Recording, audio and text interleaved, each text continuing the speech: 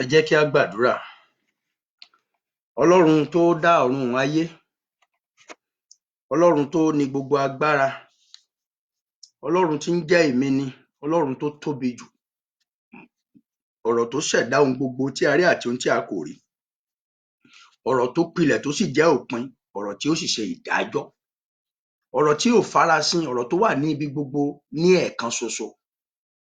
Olórí ayé o, ẹlẹ́dàá gbogbo wa, ẹni tó mọ ohun tó fi dá ẹ̀dá àti gbogbo ìṣẹ̀dá pátápátá, Ọlọ́run tí ń jẹ́ èmi ni. Mo gbé yín ga torí ẹ̀yin ni Ọlọ́run.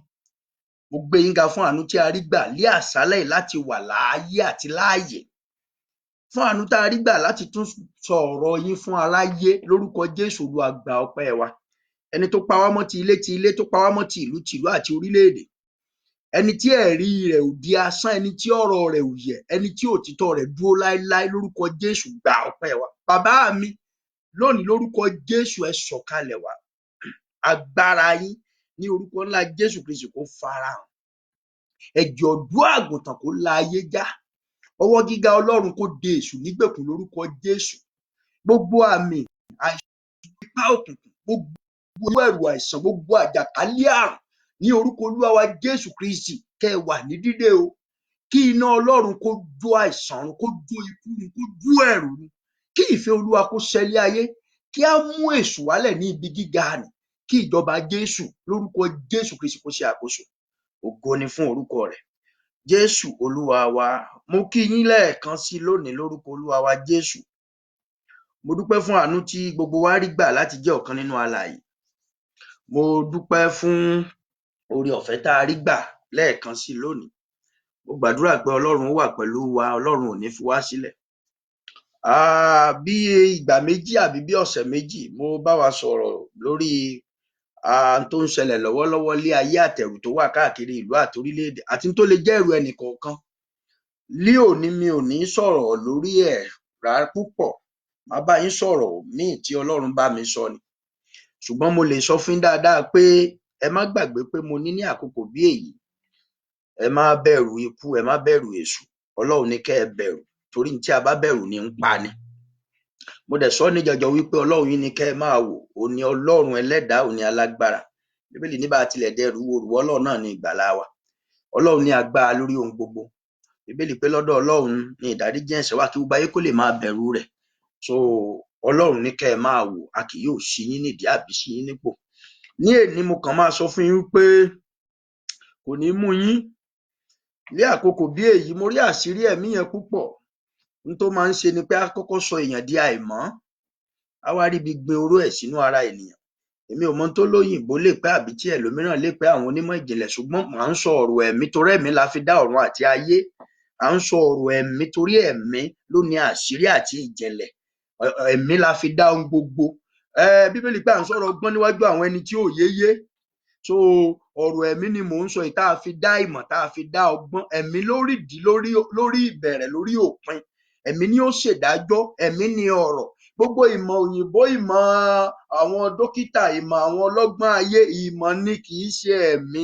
Ìdí nìyẹn ó níbi tí wọ́n lè ṣe mọ́. So mò ń sọ ọ̀rọ̀ ẹ̀mí fún yín lénìí. Ló fi jẹ́ pé ohun ara ò lè ṣẹ́gun tàbí ọgbọ́n àti ìmọ̀ kò wo àìsàn kòrónà yẹn sàn. Ṣùgbọ́n mo lè sọ fún yín dáadáa pé ẹ̀mí kápá ẹ̀, ìyè borí ẹ̀, ìmọ́lẹ̀ borí ẹ̀. Kò ní ṣeé ṣe láyé kí èṣù borí ìmọ́lẹ̀ rárá. Òǹgò ò ní ṣe ju tẹ́lẹ̀dá rẹ̀ sọ lọ. So mò ń sọ ọ̀rọ̀ ẹ̀mí fún yín. Ó ń sọ ní dàìmọ́ ni.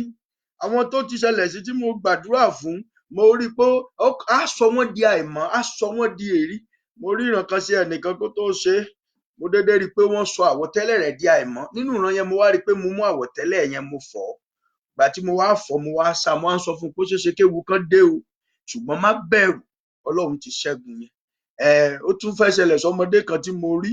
Mo gbàdúrà fún, mo rí i pé wọ́n wọ̀ ní àwọ̀tẹ́lẹ̀ àti ṣòkòtò àìmọ́. Mo wá gbàdúrà abọ́dànù. Nítorí pé abọ́dànù yẹn, Ọlọ́run ò sì jẹ́ kógun yẹn borí ẹ̀. Ohun tí mò ń sọ ni wípé ohun àìmọ́ ni. Ṣé mọ̀ pé Sátánì náà ẹ̀mí àìmọ́ ni? So ohun àìmọ́ ni. Bí o bá rẹ́ni tó ṣe, ẹ máa gbàdúrà fún ìyàsímímọ́. máa béèrè fún ẹ̀jẹ̀ Jésù, ẹ máa béèrè fún ìràpadà, ẹ máa béèrè fún agbára Ọlọ́run, kẹ́ ẹ máa fẹ̀jẹ̀ Jésù pa májẹ̀mú ikú rẹ́, kẹ́ ẹ máa béèrè fún agbára ìyè, ẹ súnmọ́rọ̀ Ọlọ́run, kẹ́ ẹ máa kà á, kẹ́ ẹ ké pe Jésù. Bíbélì olórúkọ Olúwa ilé ìṣọ́ agbára ni, olódodo sá wọ ibẹ̀ ó sì yè. So ẹ má bẹ̀rù ẹ̀ rárá, ohun kékeré ni Ọlọ́run jùlọ. A fẹ́ fi dán ìgbàgbọ́ àwọn ọmọ wò, a sì fẹ́ fi mú aláìgbàgbọ́ kan wá Ọlọ́run rí.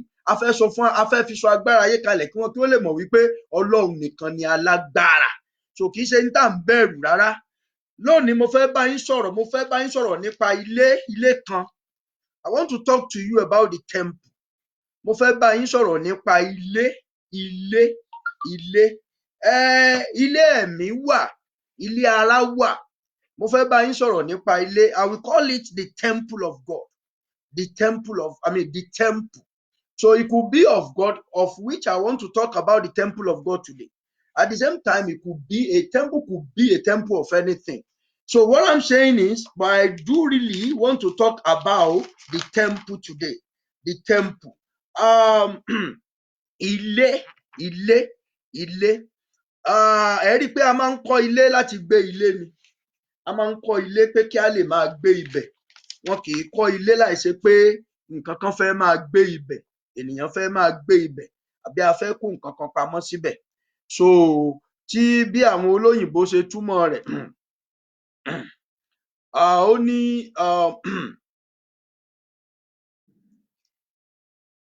ó pè ní ibùgbé tí a ti ń fi ìdí nǹkan kan múlẹ̀. Ó pè ní ibùgbé tí a ti ń sìn. Ó pè ní ilé Ọlọ́run, ó pè ní ilé àdúrà, ó pè níbi tí a ti ń sìn, ilé. So ohun tí mò ń sọ ni pé mo fẹ́ bá yín sọ̀rọ̀ nípa ilé. Ilé méjì kan wà tí mo mọ̀. Ilé àkọ́kọ́, ilé tí a fi erùpẹ̀ mọ́ ni. Ilé àkọ́kọ́ tí mo fẹ́ bá yín sọ̀rọ̀ lé lórí, ilé tí a fi erùpẹ̀ mọ́ ni. Ilé yìí mà dára o. Gẹ́gẹ́ bí Bíbélì ti wí, ilé yẹn dára, àmọ́ ilé erùpẹ̀ ni. Ó dára ní tòótọ́ ní ìwò ojú rẹ̀, ṣùgbọ́n ilé erùpẹ̀ ni. Ẹ jẹ́ kí n sáré ka ìwé mímọ́ nínú ìwé Genesis orí ìkíní yẹn. Ẹ jẹ́ kí n ka ìwé Genesis orí ìkíní. Ó sọ nípa ilé tí ẹ jẹ́ ká wo verse 28, Genesis chapter 1. Ẹ jẹ́ kí from verse 28. Mo fẹ́ sọ̀rọ̀ nípa ilé kan, ilé méjì kan, ìkan ilé ara, ìkan ilé ẹ̀mí, ìkan ilé erùpẹ̀, ìkan ilé ẹ̀mí. Chapter 1, from chapter 1, Genesis chapter 1, from verse 27. Bẹ́ẹ̀ ni Ọlọ́run dá ènìyàn lé àwòrán rẹ̀, lé àwòrán Ọlọ́run ni ó dá a, àti akọ àti abo ni ó dá wọn. Ọlọ́run sì súre fún wọn. Ọlọ́run sì wí fún wọn pé ẹ máa bí sí, kí ẹ sì máa rẹ̀, kí ẹ sì gbilẹ̀, kí ẹ sì ṣe ìkáwọ́ rẹ̀, kí ẹ sì máa jọba lórí òkun àti lórí ẹyẹ ojú ọ̀run àti lórí ohun alààyè tí ń rákò lórí ilẹ̀. Ọlọ́run sì wí pé kíyèsí, mo fi ewéko gbogbo tí ó wà lórí ilẹ̀ gbogbo tí ń so èso fún yín, àti igi gbogbo nínú èyí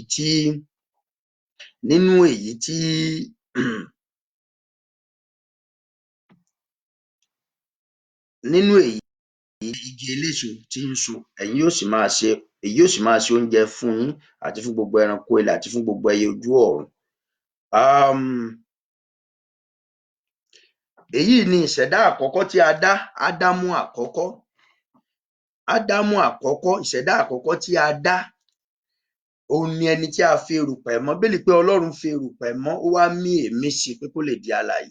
Òun nìkan kọ́ la mí sí, gbogbo ohun tá a dá ṣáájú Ádámù náà, bí ẹyẹ ojú ọ̀run, ẹja ibú, gbogbo wọn lọ́lọ́run mí sí, ó ní kán máa jáde wá ní irú tiwọn. Ilé yẹn dára, torí Bíbélì náà sọ pé Ọlọ́run sì kíyèsí gbogbo ohun tó dá dáradára ni. Ilé yẹn dára ní wíwò lóòótọ́. Bíbélì pè ní àwòrán Ọlọ́run, is an image of God. Ilé yẹn ó dára ní wíwò lí òtítọ́. Ó lé ẹwà tí a lè fi fẹ́. Ilé àkọ́kọ́ yẹn ó lé ẹwà tí a lè fi fẹ́. Ó dára, ó wuni, ṣùgbọ́n ilé tí a fi ọwọ́ kọ́ ni.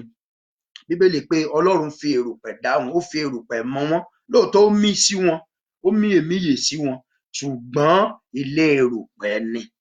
ilé erùpẹ̀ ni. Ìdí nìyẹn ńgbà tí a kọ́ tán, Bíbélì pé Ọlọ́run wá ó fi sínú ọgbà Édénì, Ọlọ́run wá bẹ̀ níṣẹ́. Ẹ̀dá ènìyàn iṣẹ́ ọwọ́ Ọlọ́run. Ọlọ́run kò dá ọ lé asán, kò dá èmi náà lé asán. Ó dá wa láti ṣe àkóso kan ni. Ó dá wa láti bẹ̀ wá níṣẹ́.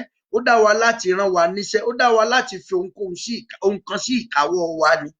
Ilé àkọ́kọ́,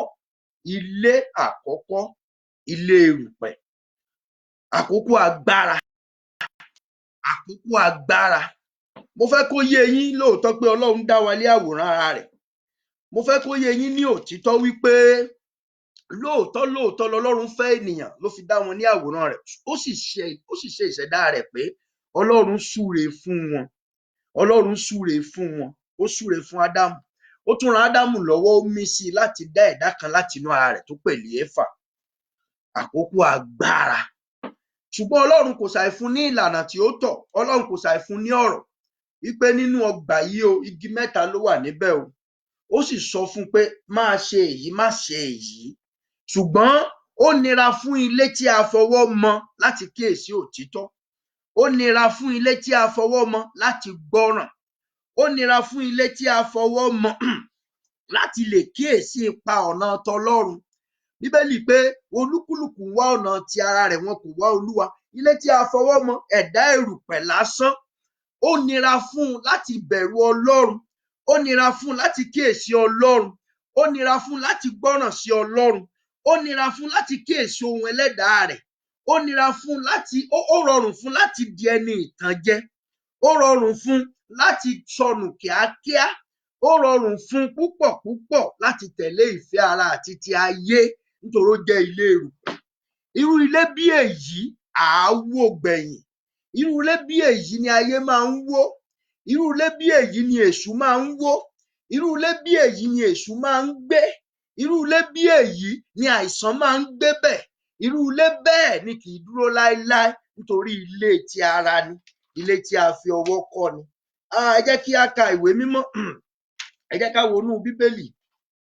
Mo fẹ́ kí a wo ìwé Psalm 79 verse 1. Psalm 79 verse 1. Psalm 79 verse 1. Ẹ jẹ́ kí a sáré wo ìwé mímọ́ wa kíákíá.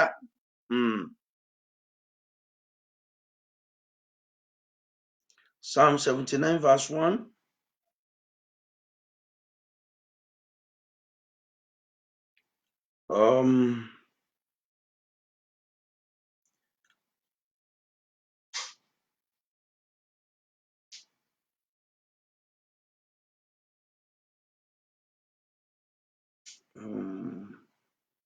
Psalm 79 verse 1.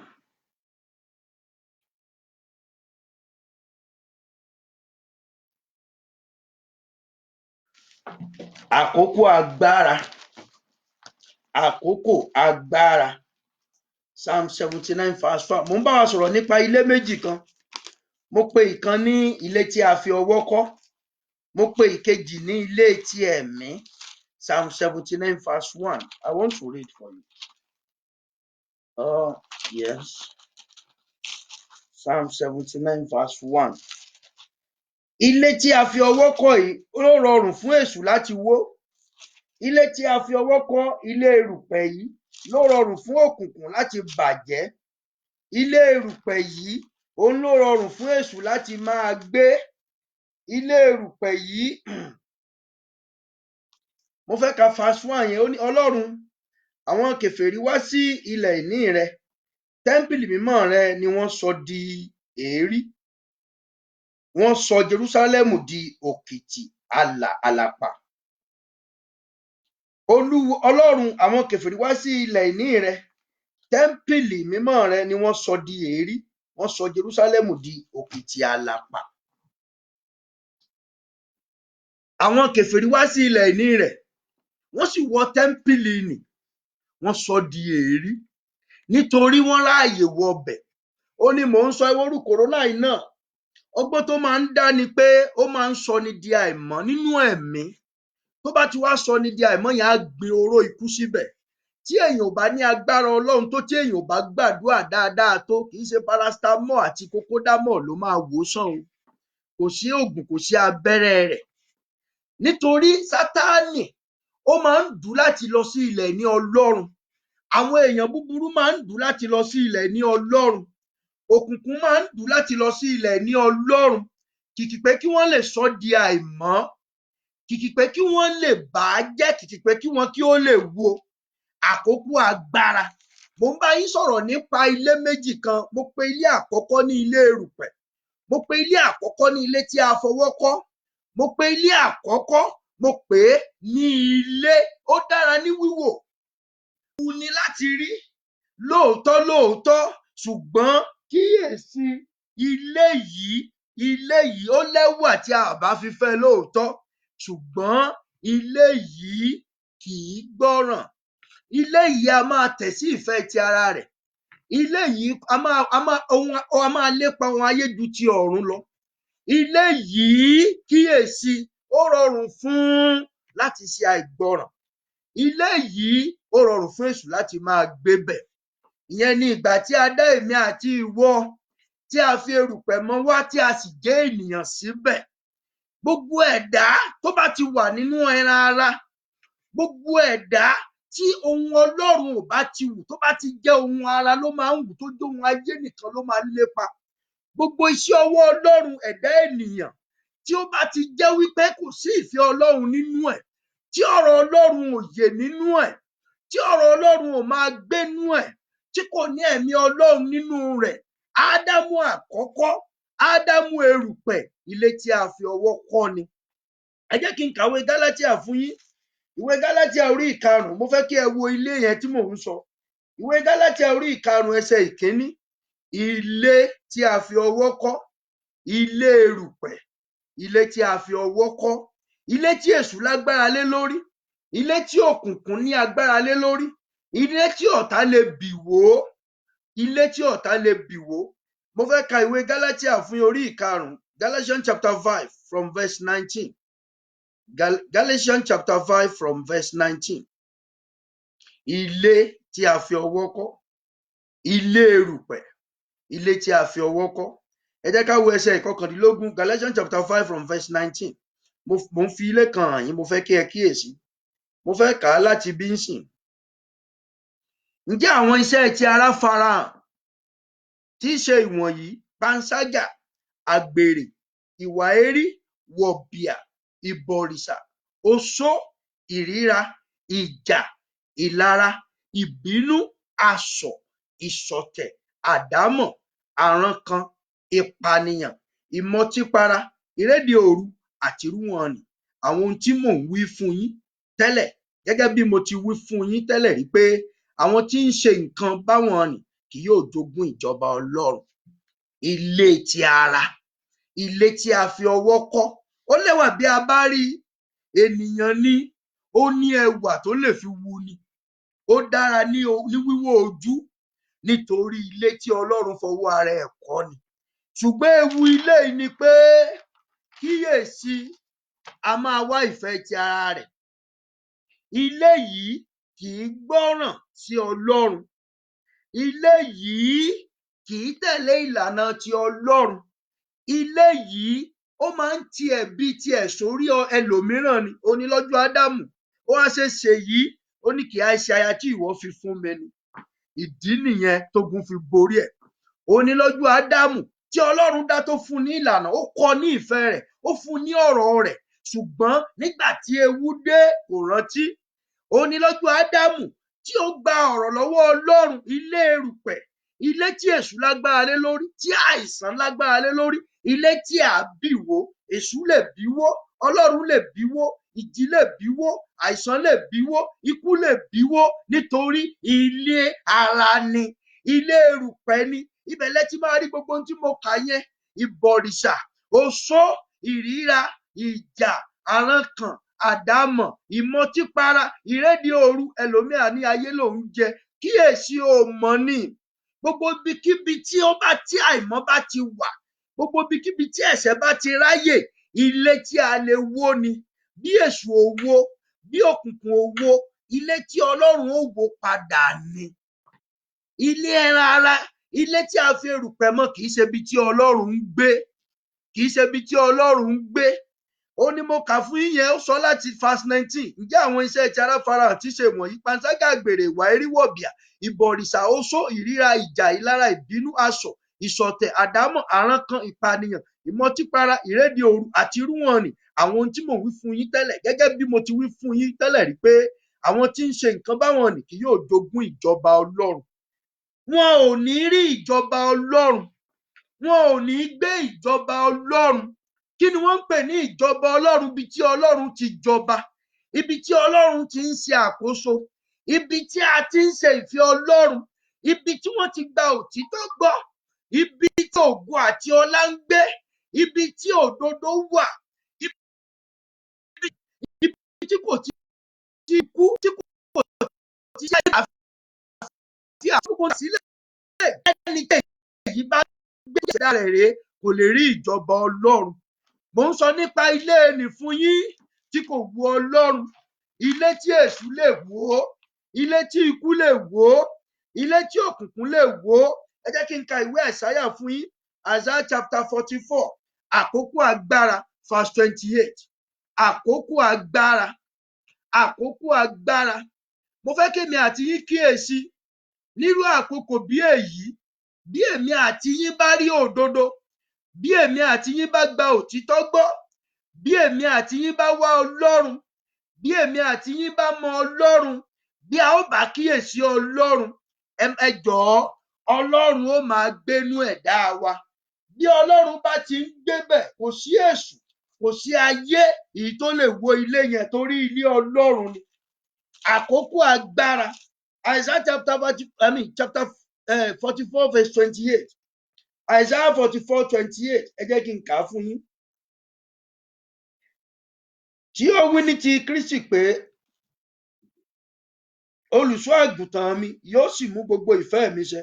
Tí ó wí ní ti Jerúsálẹ́mù pé a ó kọ́ ọ, àti ní ti tẹ́ḿpìlì pé a ó fi ìpìlẹ̀ rẹ̀ sọlẹ̀. Mo fẹ́ kà á padà.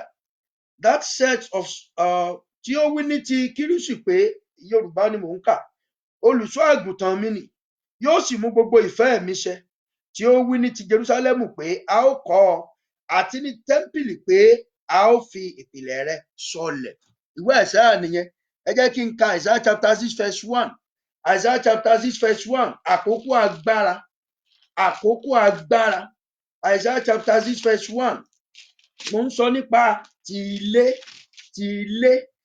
Àkókò ni èyí fún èmi àti wọ́ láti wá Ọlọ́run rí. Àkókò ni èyí fún èmi àti wọ́ ká kíyèsí àṣìṣe èyí tí ilé àkọ́kọ́ níṣe tí a fi wó dànù. Ọlọ́run fúnra rẹ̀ ló wó àní Ádámù àkọ́kọ́. Ọlọ́run fúnra rẹ̀ ló bì í wó Ádámù àkọ́kọ́. Àkókò agbára. Ẹ ronú, ẹ pa ìwàdà nítorí ìjọba ọ̀run kù sí dẹ̀dẹ̀. Ẹ ronú, ẹ pa ìwàdà nítorí ìjọba ọ̀run kù sí dẹ̀dẹ̀.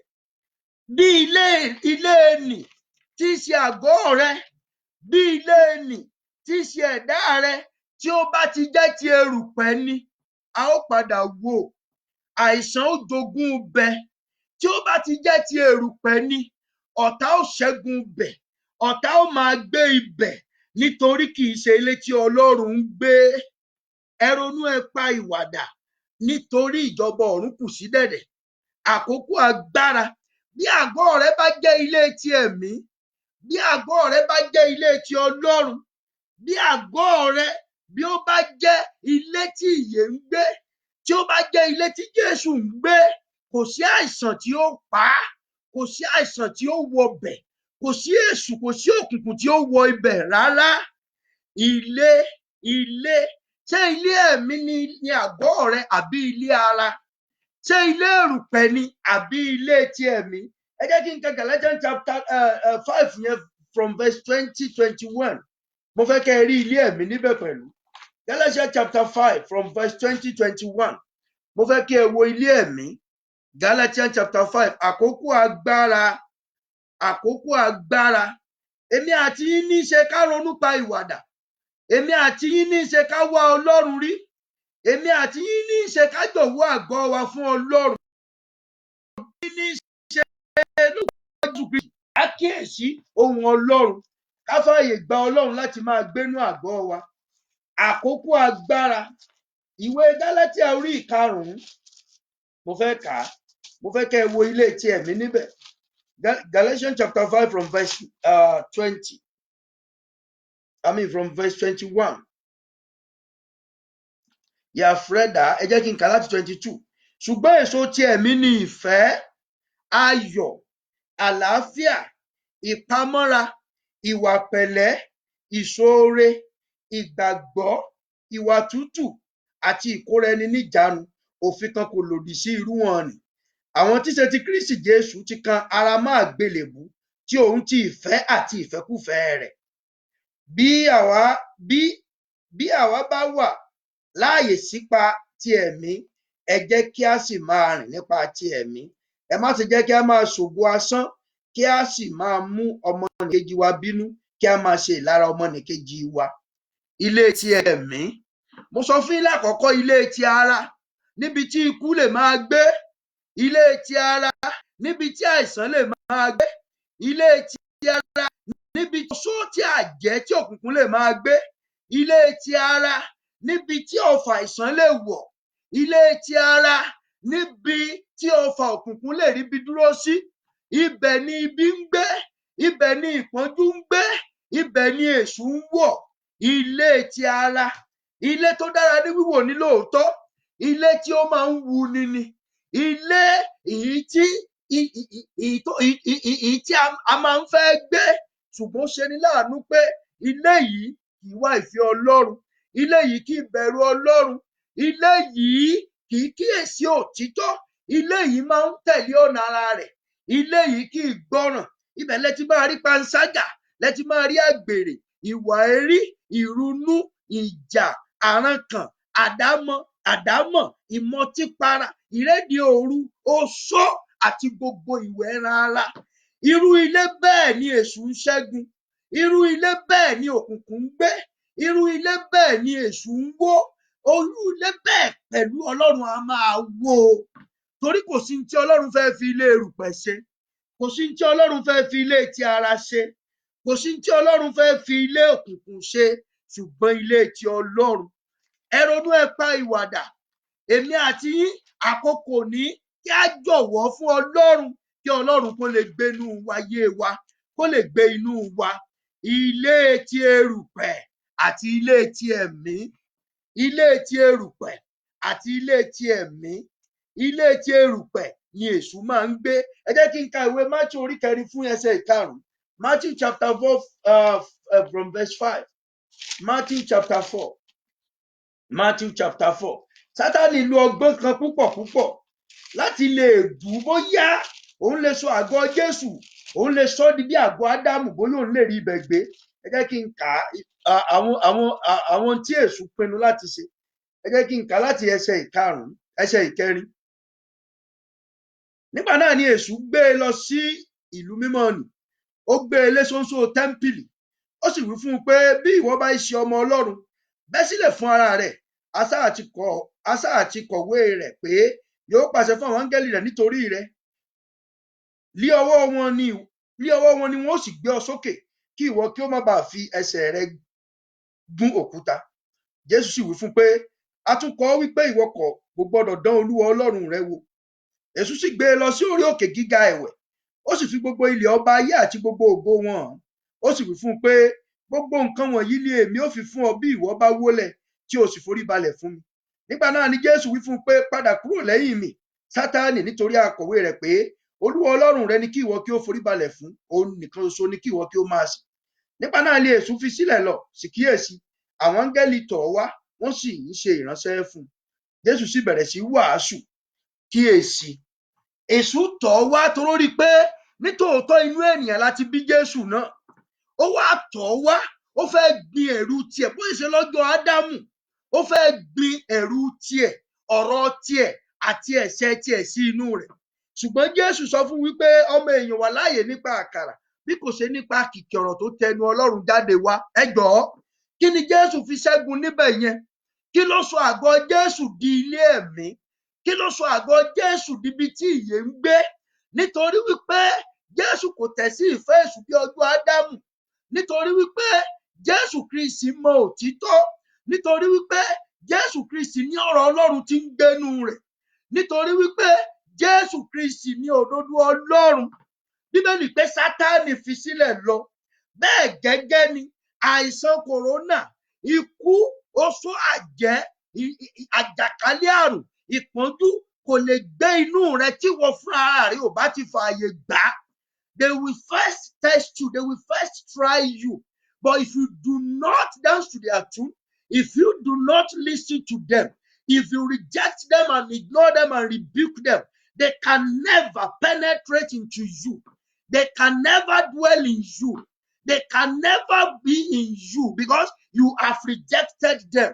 You have ignored them. If devil comes to you, he will come to you with the word. Èṣù máa ń wá nípa ọ̀rọ̀ ni. Gbogbo tí ń jẹ́ agbára ilé ayé ọ̀rọ̀ náà ni wọ́n.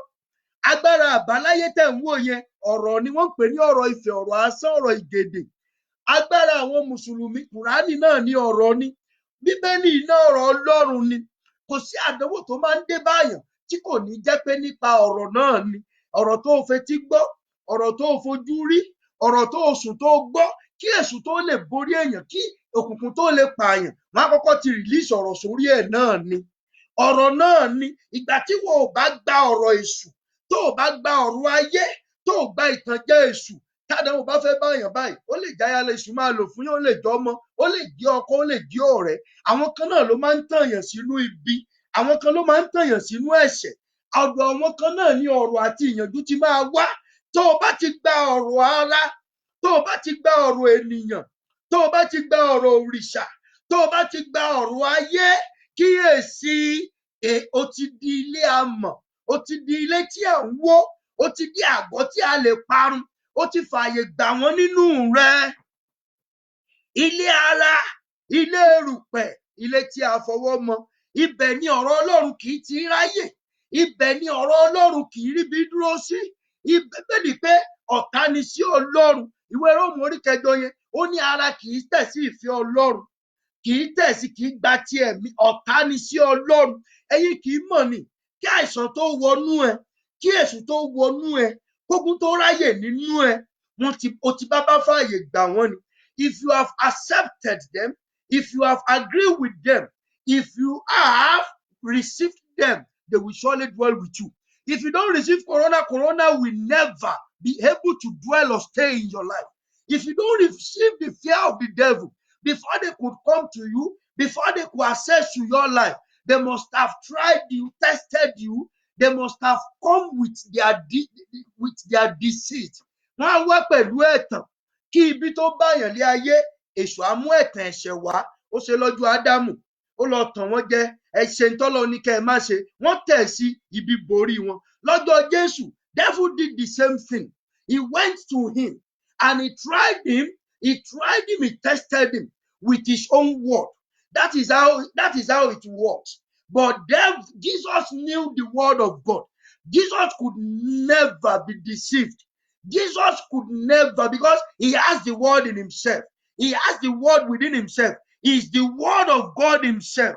And I'm saying, for the fact that Jesus rejected the word of the devil, for the fact that Jesus rejected the word of the world, for the fact that Jesus rejected the word of the heart, the devil could not penetrate.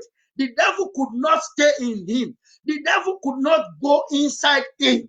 And because of that, he was a living soul. He lived forever. I am saying, mo ń sọ nípa ilé kan fún ọ lónìí. Mo ní ilé ara wà. Ilé ara àáwó ni. Ilé ara ni àìsàn ń gbé. Ilé ara ni èṣù ń gbé. Ilé ara ni òkùnkùn ń gbé. Ilé ara ni kòrónà lè wọ̀ tí ó sì bàjẹ́. Ilé ara kì í, ẹ ó ṣe mọ ilé ara. Ó ní mo kà fún nínú ìwé Galatians chapter 5 from verse 19. Nínú ìwé Gálátíà orí 5 ẹsẹ̀ 19. Ìtẹ́ ò fi mọ ilé ara nìyẹn. Bí o bá sì wà nínú àgọ́ ara yẹn síbẹ̀, bí o bá sì wà nínú ilé ara síbẹ̀, ìwọ fúnra rẹ ń ṣẹ́wọ́ sí ìparun ni. Ìwọ fúnra rẹ ń pe èṣù kó wá bọ́ ọ gbé. Ìwọ fúnra rẹ ń pe àìsàn, ń pe kòrónà, ń pe ìpọ́njú. Ìwọ fúnra rẹ ń pe ìdíbàjẹ́. Ìwọ fúnra rẹ ń pe ìṣẹ́. Ìwọ fúnra rẹ ń pe ibi. You yourself are inviting the devil, the demon, pestilence. You are inviting poverty. You are inviting the idol. Kíyèsí, bí o bá ṣẹ́ wọn, bí o bá fàyè gba òtítọ́, kò sí àìsàn yẹn tó lè wú àgọ́ rẹ. Tí ó bá wọlé yóò parun síbẹ̀ ni. And that is why Jesus was able to swallow the death. Death entered into him, but the death could not overcome his creator. The death could not swallow his creator, because the creator is dwelling in him, which is the word of God. The creator is living in him, which is the word of truth. The creator is living in him, which is the spirit of life. I am telling you, if you pray the temple of God, not the temple of the idol, not the temple of the human being, not the temple of the Lord, not the temple of the world, but the temple of God, nothing will destroy you. Mo ń sọ nípa ilé tí a lè wó àti ilé tí a kò lè wó, ilé tí a fi ọwọ́ kọ́ àti ilé tí a fi ọ̀rọ̀ kọ́, ilé ẹ̀mí àti ilé ara. Mo fẹ́ kó o mọ̀ lónìí nínú ìwé Gálátíà yẹn, tó o bá kẹ́sẹ̀ ìkọkàndínlógún sísàlẹ̀, wàá rí ilé ti ara tí a padà wó. Bẹ́sù òwú Ọlọ́run ó wó, bí òkùnkùn òwú Ọlọ́run ó wó, bórìṣà òwú Ọlọ́run ó wó, bí nǹkan kan òwú àìsàn ó wó. Ṣùgbọ́n tó bá jẹ́ ilé ẹ̀mí ni a kò lè wó láéláé. Tó bá jẹ́ ilé ẹ̀mí ni yóò dúró títí láéláé. Tó bá jẹ́ ilé ẹ̀mí ni yóò yè títí láéláé. Tó bá jẹ́ ilé ẹ̀mí ni, nítorí ibẹ̀ ni Ọlọ́run ń gbé. Àkókò agbára, àkókò agbára. Ẹ jẹ́ kí n sáré ka àwọn ibì kan fún yín kíákíá kí n tẹ̀síwájú. 1 John chapter 3 yẹn, 1 John chapter 3, 1 John chapter 3. Ilé ti ara, ilé tí a wó, ilé ti ara, ilé tí kì yóò dúró láéláé, ilé ti ara, ilé tí ikú ń gbé ni, ilé ti ara, ilé tí òkùnkùn ń gbé, ilé ti ara, ilé tí ẹ̀ṣẹ̀ ń gbé. Ẹlòmíì títí di ìsìn ẹ̀mí èmèrè sì wà nínú ẹ̀, nítorí kí ìwọ lọ kíyèsí inú ẹ̀dá rẹ. Ìwà kan sì wà tó jẹ́ ti èṣù, ìwà kan sì wà tó jẹ́ ti ẹ̀ṣẹ̀, ìfẹ́ kan sì wà láyé ẹ tó ní í ṣe pẹ̀lú tòkùnkùn. Tó o bá lè kíyèsí, mò ń sọ fún ọ lónìí pé ara máa ní ẹ̀mí èmèrè yẹn á jáde. Àgọ́ mi sì ń bẹ tí ọkọ ọ̀run sì ń gbé. There are still some image, some body that devil dwells in. That spirit husband is still visiting. That evil spirit, demon, all these witchcraft spirits are dwelling because they are of the sand, they are of the devil, they are of the evil. And that is why you are still having that bad dream. That is why you are still seeing yourself where you are born. Ẹlòmíì àrí rẹ̀ nínú ilé burúkú kan tó gbérí ní kékeré, nítorí wípé èṣù àti òkùnkùn ráyè nínú rẹ̀, nítorí pé ọ̀tá ráyè nínú ayé ẹ̀. Àkókò agbára. Ẹ ronú ẹ pa ìwàdà torí ìjọba ọ̀run kù sí dẹ̀dẹ̀. Ẹ ronú ẹ pa ìwàdà torí ìjọba ọ̀run kù sí dẹ̀dẹ̀. Ẹ ronú ẹ pa ìwàdà torí ìjọba ọ̀run kù sí dẹ̀dẹ̀. Mo fẹ́ ka 1 John fún yín, 1 John chapter 3. Ẹ̀yin náà ó kíyèsí, ẹ ó rí ìyàtọ̀, ẹ ó rí ilé tí erùpẹ̀, ẹ ó sì rí ilé tí ẹ̀mí. Ẹ jẹ́ kí n kà fún yín láti ẹsẹ̀ ìkíní. Ẹ jẹ́ kí n kà láti ẹsẹ̀ ìkẹta náà. Olúkúlùkù ẹni tó bá sì ní ìrètí yìí nínú rẹ̀, á wẹ ara rẹ̀ mọ́, àní bí òun ti mọ́. Ẹsẹ̀ ìkẹrin ní ẹnikẹ́ni tí ó bá ń dẹ́ṣẹ̀ ó ń rú òfin pẹ̀lú, nítorí ẹ̀ṣẹ̀ ni rírú òfin. Ó ní ẹ̀yin sì mọ̀ pé òun farahàn láti mú ẹ̀ṣẹ̀ kúrò, ẹ̀ṣẹ̀ kò sí nínú rẹ̀. Wọ́n ń sọ nípa Jésù. Verse 6 wá ní ẹni tí ó bá ń gbé inú rẹ̀ kì í dẹ́ṣẹ̀, ẹnikẹ́ni tí ó bá ń dẹ́ṣẹ̀ kò rí bẹ́ẹ̀ ni kò mọ̀. Ẹ̀yin ọmọ mi, ẹ má sì jẹ́ kí ẹnikẹ́ni kí ó tàn yín. Ẹni tí ó bá ń ṣe òdodo já sí olódodo, gẹ́gẹ́ bí òun ti ṣe olódodo. Ẹni tí ó bá ń dẹ́ṣẹ̀ ti èṣù ni. Nítorí láti àtètèkọ́ṣe ni èṣù ti ń dẹ́ṣẹ̀. Ẹnikẹ́ni tó bá ń dẹ́ṣẹ̀ ti èṣù ni. So o ti gbọ́, ti èṣù ni ọ́ bó o bá sì ń dẹ́ṣẹ̀. Mo ń sọ fún ọ nítorí ọ̀pọ̀lọpọ̀ akàn máa sọ tí òye ò bá yé wa. Ẹlòmíà máa ní Ọlọ́run ò dára, Ọlọ́run pa wá, Ọlọ́run ló ń ṣe wá. Ọlọ́run kọ́, ò fàyè gba Ọlọ́run kó gbénú ẹ̀, ò fún Ọlọ́run ní àyè kó bá ọ gbé. Bó o bá ń sùn, Ọlọ́run fẹ́ wà níbẹ̀ kó sùn pẹ̀lú ẹ. Bó o bá ń jí, Ọlọ́run fẹ́ wà níbẹ̀ kó jí nínú àgọ́ rẹ. Bó o bá ń rìn lọ, Ọlọ́run fẹ́ wà nínú àgọ́ rẹ kó máa gbénú rẹ, kó máa bá ọ rìn. Jẹ́ kí n sọ kíní kan fún ọ. Ní àkókò kan, bàbá tó bí mi nínú, bàbá mi jẹ́ Mùsùlùmí. Ìgbà tí mi gba Jésù inú wọn ò dùn rárá. Bàbá mi wá ń bínú pé mo gba Jésù. Wọ́n ń bínú, wọ́n á sọ oríṣiríṣi tó wù wọ́n. Màá tún lọ bá wọn pé bàbá, ẹ̀mí mímọ́ Olúwa fi hàn mí pé ẹ̀ ń ṣe àwọn nǹkan kan sí mi, ẹ má ṣe mọ́. Ẹ má ṣe mọ́, Jésù ló wá mi rí. Bàbá mi ṣáà takú títí. Létà bàbá mi padà gbàgbọ́, kò sáyè láti sọ̀rọ̀ mọ́. Ìgbà tó wá yára, bàbá mi ò wá yá, àwọn ogun ayé, àwọn àjẹ́, àwọn ọgbọ́n ṣáà ń sọ oríṣiríṣi. Àwa ń ríran pé tí a bá lọ tọ́jú bàbá yẹn, wọ́n fẹ́ pa wá. Tó fi máwọn àǹtí mi náà ríran yẹn. Èmi wá ní wọn ò lè pa èmi torí mi wà nínú Jésù, Jésù wà nínú mi. Mo bá lọ bá bàbá mi, bá lọ bá wọn, bá ń gbàdúrà fún wọn. Bí mo ṣe ń gbàdúrà fún wọn, Ọlọ́run wá ń ṣẹ́ ogun yẹn. Àwọn òkùnkùn tó fẹ́ pa bàbá mi wá bá mi. Mo wá ríra mi ní ilẹ̀ kan. Orí àkìtàn búburú, gbogbo ẹ̀ dúró jẹ́. Mo rí i pé mò ń wo ẹranko kan níbẹ̀ tó dúró, tó gbẹ́nu tilẹ̀. Tí èèyàn bá dẹ̀ rí ẹranko lójú àlá tó gbẹ́nu ti nǹkan tó ń jẹ, ìyẹn ni ẹ̀mí èṣù, ẹ̀mí àìsàn, ẹ̀mí ikú tó ní ẹni tí ẹ̀ ń gbàdúrà fún lára. Wọ́n wá ní kí n lọ sí ibẹ̀ yẹn, kí n lọ sí ẹranko yẹn lọ́wọ́ kó má tó gbẹ́nu kúrò lórí tó ń jẹ. Ìyẹn ni mo fi lọ sórí ilẹ̀ yẹn. Ilẹ̀ yẹn wá jẹ́ ilẹ̀ àìmọ́, ó jẹ́ àkìtàn búburú, ó jẹ́ ilẹ̀ òkùnkùn, kò sí ìmọ́lẹ̀ kan níbẹ̀. Ṣùgbọ́n nígbà tí mo débẹ̀, tí mo ṣí ẹranko yẹn lọ́wọ́, Sátánì yẹn náà wá dìde láti pa mí. Mo wá ń gbóhùn pé wọ́n fẹ́ pa ọ́, múra o. Mo ní Olúwa, kí ni kí n ṣe? Olúwa wá sọ wípé wò ó ní ran ojú ẹ̀ mọ́ ẹranko yẹn, ran ojú ẹ̀ mọ́ ẹranko yẹn, tan ojú ẹ̀ sílẹ̀ nínú òkùnkùn tó wà yìí.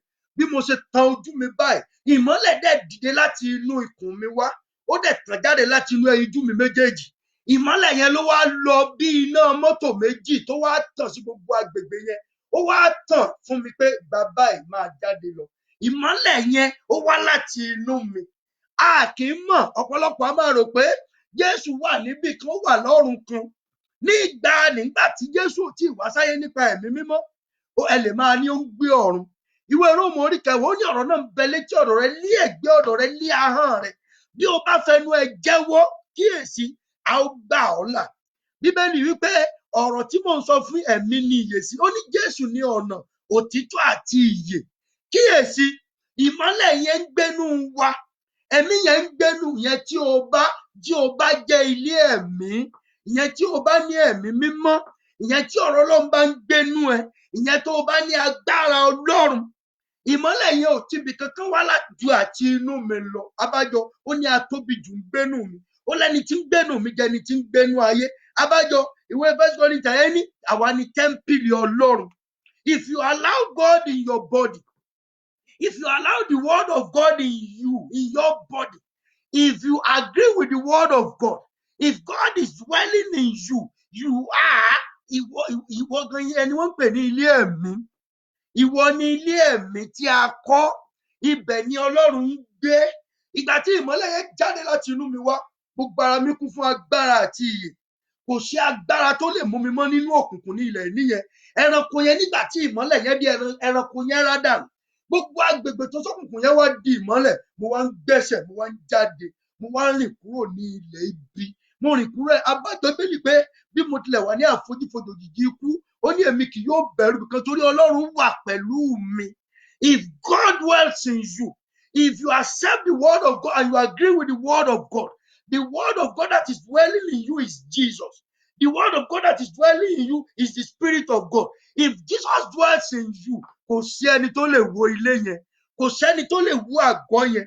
Mo ti sọ fún ọ lónìí, ní tó ṣe mí láàánú ni pé ilé ara la máa ń tọ́jú, ilé erùpẹ̀ la máa ń tọ́jú.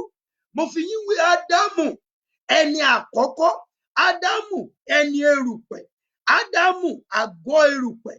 Ó dára ní wíwò lóòótọ́, àwòrán Ọlọ́run ni, ó ní ẹwà tí a fi fẹ́, ṣùgbọ́n kò gbà kí ọ̀rọ̀ Ọlọ́run máa gbénú. Ó nìyẹn nígbà tí Sátánì dé, kò lè ṣẹ́gun Sátánì.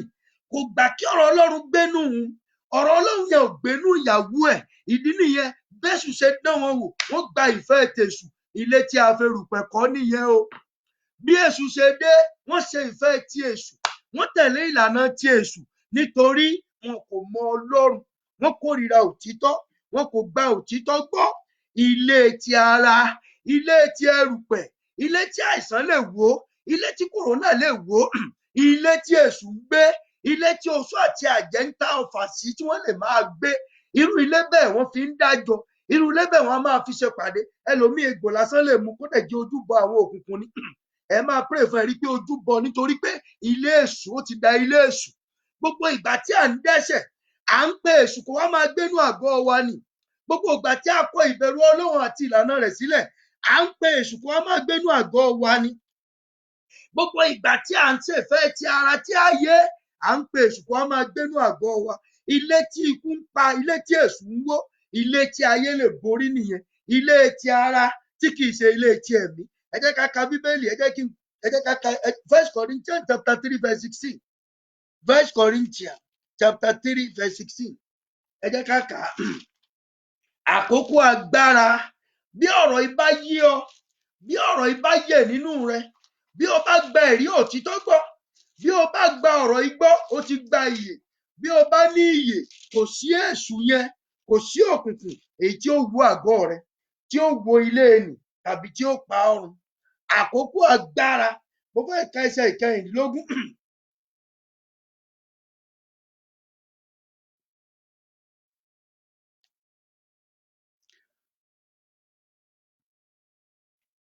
Ẹ jẹ́ kí n kà láti ẹsẹ̀ ìkẹwàá.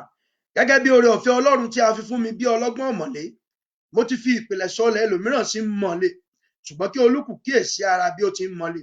Nítorí ìpìlẹ̀ mìíràn ni ẹnikẹ́ni kò lè fi lélẹ̀ ju èyí tí a ti fi lélẹ̀ lọ, tí í ṣe Jésù Kristi.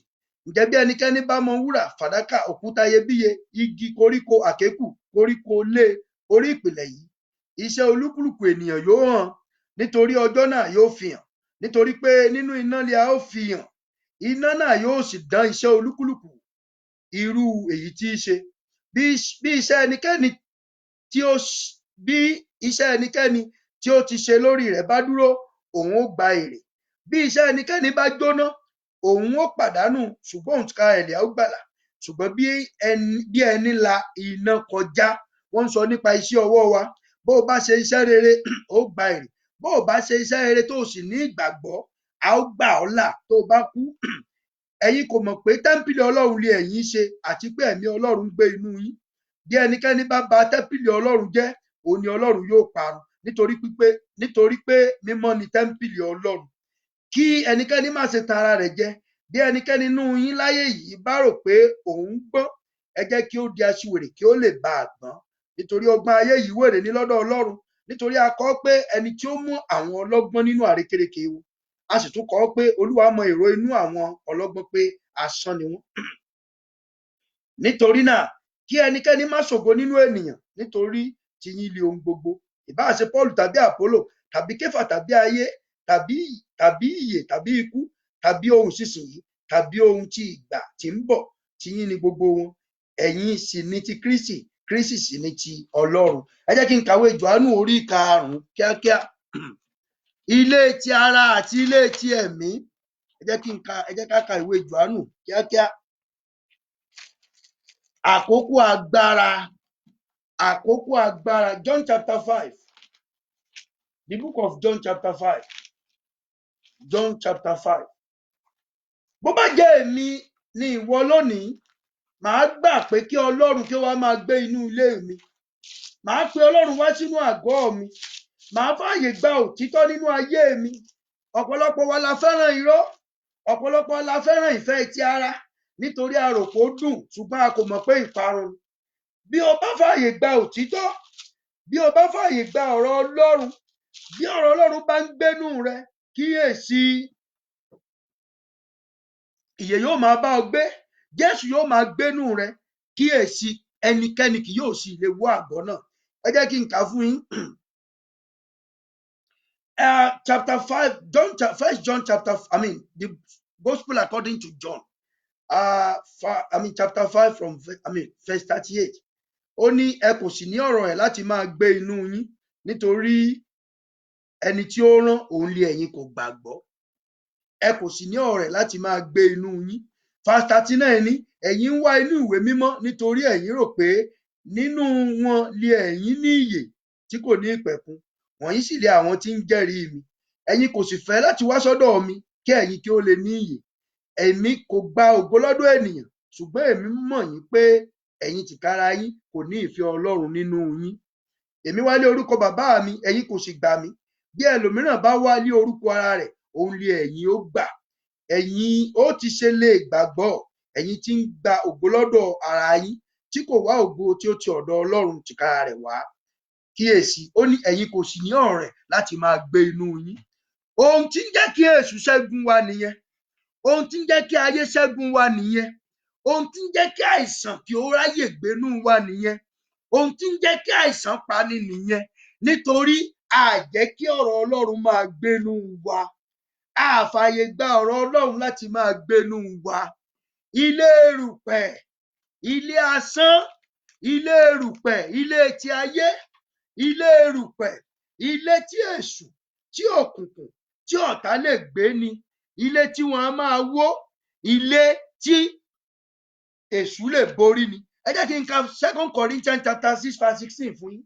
2 Corinthians chapter 6 verse 16. 2 Corinthians chapter 6 verse 16. Àkókò agbára. Mo fẹ́ kí ó yé wọ lónìí pé bí Ọlọ́run bá ń gbénú rẹ, bí Ọlọ́run bá ń gbé inú rẹ, jọ̀ọ́ kò sí èṣù, kò sí òrìṣà, kò sí àìsàn èyí tí ó lè pa ọ́. Kò tiẹ̀ bó bá wọnú ẹ yóò ṣègbé síbẹ̀ ni. Òun kò rí i pé ara ń ní yóò sì sá jáde. Ẹ ronú, ẹ pa ìwàdà, nítorí ìjọba ọ̀run kù sí dẹ̀dẹ̀. Ẹ fààyè gbọ́ Ọlọ́run láti máa gbénú yín. Chapter 6 verse 16, 2 Corinthians. Ó ní, ẹ jẹ́ kí n bẹ̀rẹ̀ láti ẹsẹ̀ ìkẹrìnlá. 2 Corinthians chapter 6 from verse 14. Ẹ má ṣe fi àìdọ́gba dàpọ̀ pẹ̀lú àwọn aláìgbàgbọ́, nítorí ìdàpọ̀ kí ni òdodo ní pẹ̀lú àìṣòdodo? Ìdàpọ̀ kí ni ìmọ́lẹ̀ sì ní pẹ̀lú òkùnkùn? Ìrẹ́pọ̀ kí ni Kristi sì ní pẹ̀lú Béliálì? Àbí ìpín wo ni ẹni tí ó gbàgbọ́ ní pẹ̀lú aláìgbàgbọ́? Ìrẹ́pọ̀ kí ni tẹ́ḿpìlì Ọlọ́run sì ní pẹ̀lú òrìṣà? Nítorí ẹ̀yin ni tẹ́ḿpìlì Ọlọ́run alààyè, gẹ́gẹ́ bí Ọlọ́run ti wí pé, èmi ó gbé inú wọn, èmi ó sì máa rìn nínú wọn, èmi ó sì jẹ́ Ọlọ́run wọn, wọn ó sì jẹ́ ènìyàn mi. Nítorí náà ẹ jáde kúrò láàrin wọn, kí ẹ sì ya ara yín sí ọ̀tọ̀, bí Olúwa wí, kí ẹ má ṣe fi ọwọ́ kan ohun àìmọ́. Èmi ó sì gbà yín, èmi ó sì jẹ́ bàbá fún yín, ẹ̀yin ó sì jẹ́ ọmọkùnrin mi àti ọmọbìnrin mi, ni Olúwa Olódùmarè wí. Ìrẹ́pọ̀ kí ló ní í ṣe pẹ̀lú ayé? Bíbélì pé ìbárẹ́ ayé ìṣọ̀tá Ọlọ́run ni. Ìrẹ́pọ̀ kí ló ní í ṣe pẹ̀lú òkùnkùn, pẹ̀lú òrìṣà, pẹ̀lú aláìṣòdodo? Bíbélì pé fi ọ̀rẹ́ rẹ hàn mí, èmi ó sọ̀rọ̀ èèyàn tí ó jẹ́. Àkókò agbára.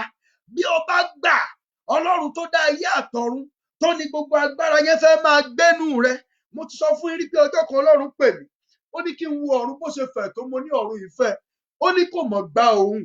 Ó ní kí n wo ilé ayé bó ti fẹ̀ tó, mo ní ó fẹ́. Ó ní kò mọ̀ gba òun. Ó ní kí n béèrè pé bo ló lè gba òun, mo ní bo. Ó ní ọkàn rẹ, inú rẹ. Ó túmọ̀ sí pé a dá ọ ní ilé tí Ọlọ́run fẹ́ máa gbé. A dá ọ ní ilé tí òdodo fẹ́ máa gbé. A dá ọ ní ilé tí òtítọ́ fẹ́ máa gbé. A dá ọ ní ilé tí ẹ̀mí Ọlọ́run fẹ́ máa gbé. Ọmọ Ọlọ́run tí mò ń sọ, ẹni tó ní gbogbo agbára Ọlọ́run àti láyé, ẹni tó ní agbára. Ìgbà míì tó bá rẹ̀ mí tí mo bá sùn nínú ìran mi, àwọn áńgẹ́lì yóò sì wá fún mi ní tábúlẹ̀tì mu. Ìgbà míì Ọlọ́run á kàn ní sọ báyìí, nítorí Ọlọ́run ń gbénú mi, nítorí Ọlọ́run ń gbénú rẹ. Kò sí ogun inú àbí ti òde tó lè pa ọ́. Kò sí èṣù, kò sí òrìṣà, kò sí ewé tàbí egbò, kò sí agbára ayé, kò sí ègún tó lè mú ọ bí Ọlọ́run bá ń gbénú rẹ. Bọ̀tí Ọlọ́run kì í gbénú irọ́. Ọlọ́run kì í gbénú àìṣòdodo. Ọlọ́run kì í gbébi tí ẹ̀ṣẹ̀ bá ń gbé. Ọlọ́run kì í gbé bí àìmọ́. Ibi àìmọ́ ni àìsàn ń gbé. Ó ní ikú ń gbé. Ó lẹ̀mí àjẹ́ ń gbé. Ẹ̀mí èmèrè, ẹ̀mí oṣó ń gbé. Ibi àìmọ́, ibẹ̀ ni ẹ̀ṣẹ̀ ti ráyè. Ibẹ̀ náà ni èṣù ti ń jọba. Òun ló ṣe ló wá láti wá parun, láti jalè àti láti runlé. Bí a ò bá sọ ọ́ di àìmọ́, èṣù ò lè wọ ibẹ̀ o. Bí a kò bá sọ ilé rẹ di àìmọ́, òkùnkùn ò lè wọ bẹ̀. àìsàn bá wọbẹ̀ yóò parun síbẹ̀ ni. Gbà lónìí láti jẹ́ ilé ti ẹ̀mí, gbà lónìí láti jẹ́ ilé ti ẹ̀mí, jẹ́ ilé ti ìyè, jẹ́ ilé ti òtítọ́, jẹ́ ilé ti òdodo. Má jẹ́ ilé irọ́ mọ́, má jẹ́ ilé ẹ̀ṣẹ̀ mọ́, má jẹ́ ilé panṣágà àti àgbèrè, ìwà èrí, ìmọtípara àti ìréde òru mọ́. Jẹ́ ilé ti ìwà mímọ́, ìwà pẹ̀lẹ́, ìgbàgbọ́, ìfẹ́, ìṣoore. Jẹ́ ilé ti ìyè, jẹ́ ilé tí Ọlọ́run ó máa gbé. Bí Ọlọ́run bá ń gbénú rẹ, èṣù ò lè borí rẹ. Bíbélì sọ nínú ìwé Ìfihàn, ó ní mo wà lẹ́nu ọ̀nà, mò ń kànlẹ̀kùn.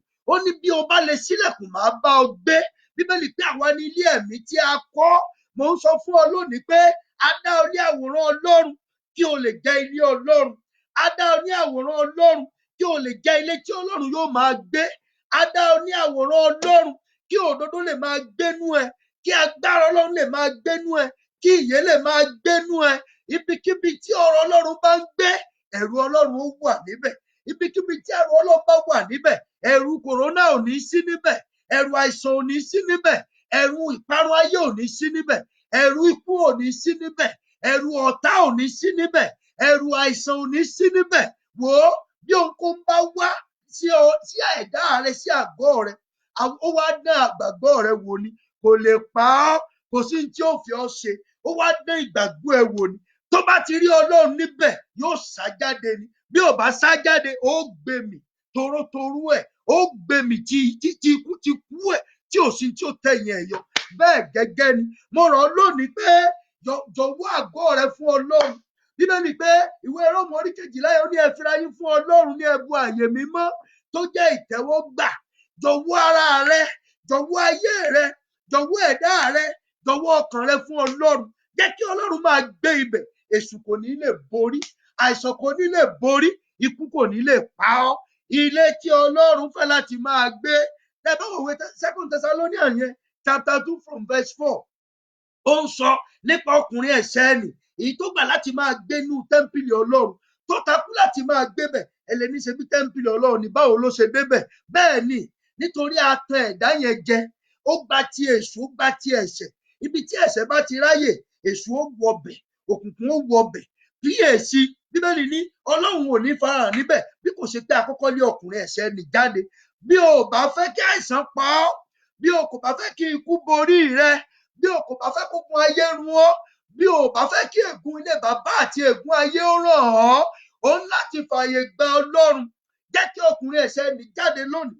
Jẹ́ kí ẹ̀mí àìmọ́, bí ọkùnrin ẹ̀ṣẹ̀ bá ti jáde, a ó bá ẹ̀mí àìmọ́ wí. Bí Jésù bá ti wọnú ẹ̀dá rẹ, ẹ̀mí àìmọ́ ó jáde.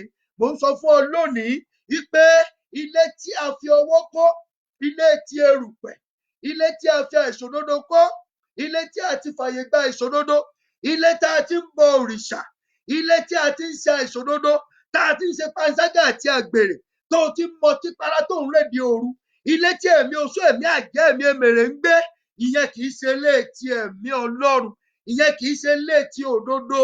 Ìyẹn ẹ̀rí pásítọ̀ mi yóò sì máa parọ́, yóò sì máa jalè, yóò sì máa parọ́, á sì níránṣẹ́ Ọlọ́run lòun. Ẹ̀rí pásítọ̀ mi ìfẹ́ owó ló ní. Ẹ̀rí pásítọ̀ mi ọmọ ìjọ àṣẹ. Pásítọ̀ kan láìpẹ́ yìí, ó sì bá ọmọ ìjọ jà. Mo sì rí tó sì lọ ń lo agbára, oníbàjẹ́, aláìlóye. Ó ń báyàwó ìránṣẹ́ Ọlọ́run jà, ó dẹ̀ ń lo agbára lóru yẹn, ń gbàdúrà òdì. Ẹni tó jẹ́ pé idà rẹ̀ padà máa bá. Kíyèsí, tí èèyàn bá ti sẹ́ òtítọ́, o ò lágbára jù òtítọ́. Kò sí ìfòròyàn tó ní tó ju òtítọ́, kò sí ẹ̀bùn tó ní tó ju òtítọ́, kò sí ìmùlẹ̀ tó wà, kò sí wòlíì tó ní, kò sí gbogbo ẹni tó bá fọwọ́sowọ́jọpọ̀, ìbá àjọmọ ìjọ, ìbá ẹni tó wù kó jẹ́, tó bá jẹ́ pé irọ́ ló pa yín pọ̀, ìdájọ́ Ọlọ́run dé bá yín. Bí èèyàn bá jẹ́ ìránṣẹ́ Ọlọ́run tí ò nífẹ̀ẹ́ ọmọlàkejì, tó jẹ́ pé ìfẹ́ owó ló ní, tó jẹ́ pé ìfẹ́ ẹ̀bùn ló ní, ẹlòmíì wòlíì la máa wá kiri. Bíbélì ń bẹ ní ọ̀dọ̀ rẹ, ọ̀rọ̀ Ọlọ́run yí ọ ká, wọ́n máa wá wòlíì kí, wọ́n máa fi òkùn, wọ́n máa fi ẹ̀mí èṣù, wọ́n máa fi agbára òkùnkùn, wọ́n máa fi àwẹ̀ àtàdúrà lu ẹ̀bùn. Wọn ò ní fi òtítọ́ lu ẹ̀bùn, wọn ò ní fi ìbẹ̀rù Ọlọ́run lu ẹ̀bùn. Ẹ̀bùn tó bá jẹ́ pé àwẹ̀ nìkan ló gbà tó fi ní, tó bá jẹ́ wípé ó lọ ṣáájò ló fi ní, tó bá jẹ́ wípé agbára ayé ló tẹ̀lé tó o ní ọ̀pá ọrùn, tí ò bá ti jẹ́ ìbẹ̀rù Ọlọ́run ló wà nínú ẹ, tí ò bá ti jẹ́ ọ̀rọ̀ Ọlọ́run ló wà nínú ẹ, kíyèsí, a ó wo ilé yẹn gbẹ̀yìn ni. Ilé tí ò bá ti gbà kí Ọlọ́run gbénú òun, ilé tí ò bá ti gba òtítọ́, ilé tí ò bá ti gba ẹ̀rù Ọlọ́run, ilé tí kò bá ti gba ìyè, kíyèsí, àìsàn ni ó wo gbẹ̀yìn, ikú ni ó wo gbẹ̀yìn, èṣù ni ó wo gbẹ̀yìn. Ilé tí èṣù bá ń gbé, tí èmèrè ń gbé, tí oṣó ń gbé, tí àjẹ́ ń gbé, ilé tí òfin ń gbé, tí kò sí ìfẹ́, tí kò sí òtítọ́, yóò wó gbẹ̀yìn ni. Bẹ́ṣù òwú Ọlọ́run yóò wó. Onígbàgbọ́ kì yóò kú, a ó sùn ni, a ó pa wá lára dà, a ó gbé àgọ́ ọ̀tọ̀run wọ̀. Jésù ní ilé bàbá mi ọ̀pọ̀ ibùgbé ló wà níbẹ̀, ibẹ̀ ni àlàáfíà ti jọba. Mò ń sọ ilé tí ẹ̀mí mímọ́ ń gbé, mò ń sọ ilé tí òtítọ́ ń gbé, mò ń sọ ilé tí ìyè ń gbé, mò ń sọ ilé tí ẹ̀rù Ọlọ́run ń gbé, ilé tí Ọlọ́run ń gbé. Wò ó, a dá ọ kí Ọlọ́run lè máa gbé àgọ́ rẹ ni, a dá ọ kí Jésù lè wà nínú rẹ, a dá ọ kí ìyè lè máa gbénú rẹ, a dá ọ kí ẹ̀mí mímọ́ lè máa gbénú rẹ. Bí Ọlọ́run bá ń gbénú rẹ, ta ni ó dojú ìjà kọ? Bí Ọlọ́run bá wà níhà rẹ, ta ni ó dì ọ́ lọ́nà? Bí Ọlọ́run bá dá ọ láre, ta ni ó dá ọ lẹ́bi? Jọ̀ọ́, bí Ọlọ́run bá wà níhẹ̀, ìránṣẹ́ wo, wòlíì wo, ayé wo, èṣù wo, àìsàn wo ni Ọlọ́run ó borí ẹ? Kò ṣeé ṣe, torí ẹlẹ́dàá ni, torí Olúwa ni, torí alágbára ni, torí olótìtọ́ ni. Mo ń sọ fún ọ lónìí pé jẹ́ kí Ọlọ́run gbénú rẹ, rán ẹ̀ṣẹ̀ jáde, rán ìṣòdodo jáde. Àwọn míì bẹ́ẹ̀ ni pé wọn ò dẹ́ṣẹ̀, ṣùgbọ́n wọ́n bá àwọn tí ń dẹ́ṣẹ̀ mu. Ẹlòmíì ò lè bá èèyàn sòtítọ́, wọn á máa bo irọ́ nítorí kí ìdájọ́ bá lè dé báyìí. Èmi ò mọ̀ nípa ìjọ tí ò bá ti bẹ̀rù Ọlọ́run, mi ò mọ̀ nípa ìjọ tí ò bá ti bẹ̀rù òtítọ́, mi ò mọ̀ nípa ìjọ tí ò bá ti sọ nípa ìfẹ́. Mi ò fẹ́ mọ ìránṣẹ́ Ọlọ́run tí ò bá ti mọ òtítọ́, tí ò sòtítọ́, tó ń sọ ìkọ̀kọ̀. Ìránṣẹ́ èṣù ni ọ́. Kíyèsí, òkùnkùn bírí bo ayé, òkùnkùn bíríbírí bo àwọn ènìyàn mọ́lẹ̀. Iye àwọn tó fààyè gba òtítọ́ ni ìmọ́lẹ̀ wọn yóò dé, wọn ó sì rí ògo Ọlọ́run. Mo fẹ́ gbàdúrà fún ọ. Mo sọ ṣáájú pé má ṣe bẹ̀rù àìsàn yìí rárá. Ohun kékeré pátápátá ni, ẹ̀mí àìmọ́ lásán ni. Tí ó bá mú ẹnikẹ́ni lẹ́gbẹ̀ẹ́ rẹ, ìwọ sọ pé kó pè. Bí ò bá lè pè, kó súnmọ́ ọ̀rọ̀ Ọlọ́run, kó máa gbàdúrà, kó máa béèrè fún ẹ̀jẹ̀ Jésù kó sóhun di mímọ́, kó máa béèrè fún ẹ̀mí Ọlọ́run kó wọnú, kó béèrè fún agbára Ọlọ́run. Wò ó, Ọlọ́run jù bẹ́ẹ̀ lọ. Kíyèsí, lónìí Ọlọ́run yóò bá ọ pàdé. Mo fẹ́ gbàdúrà fún ọ. Mo fẹ́ rán ọ̀rọ̀ Ọlọ́run sínú ayé ẹ. Bó o bá ṣí ọkẹ́ payá lónìí, tó o bá fààyè gba òtítọ́, Jésù ó wá síbi tó wà yẹn. Torí akọ́pẹ́ láì tèkọ́ ṣe lọ̀rọ̀ wà. Ọ̀rọ̀ wà pẹ̀lú Ọlọ́run sì ni ọ̀rọ̀ náà.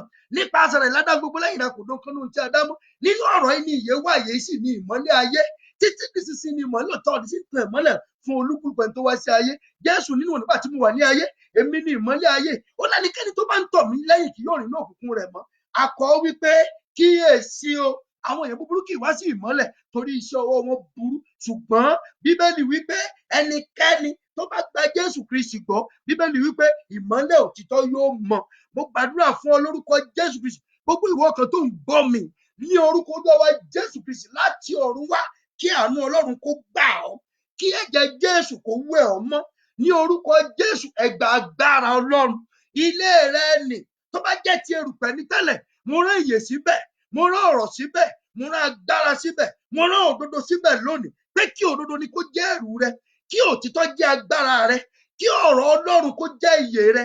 Láti òní kó rí Ọlọ́run. Gbogbo ẹ̀mí ẹ̀ṣẹ̀, gbogbo ẹ̀dá ẹ̀ṣẹ̀ nínú àgọ́ rẹ lórúkọ Jésù, iná kó jó. Akọ́pẹ́lẹ́dẹ́ ayé ìwá, ṣùgbọ́n a ti bá wí. Bíbélì wípé nísinsìnyí yóò jáde, yóò sì máa lọ, torí a ti dá a lẹ́jọ́ náà. Ní orúkọ ńlá Jésù, mo fi kòrónà bú, mo fi ẹ̀mí àìmọ́ bú, mo fi àìsàn bú, mo fi àjàkálẹ̀ àrùn bú, mo fi ikú bú o. Lórúkọ Jésù, mo fi òkùnkùn bú, mo fi agbára ayé náà bú tí ń pọ́n ọ lójú.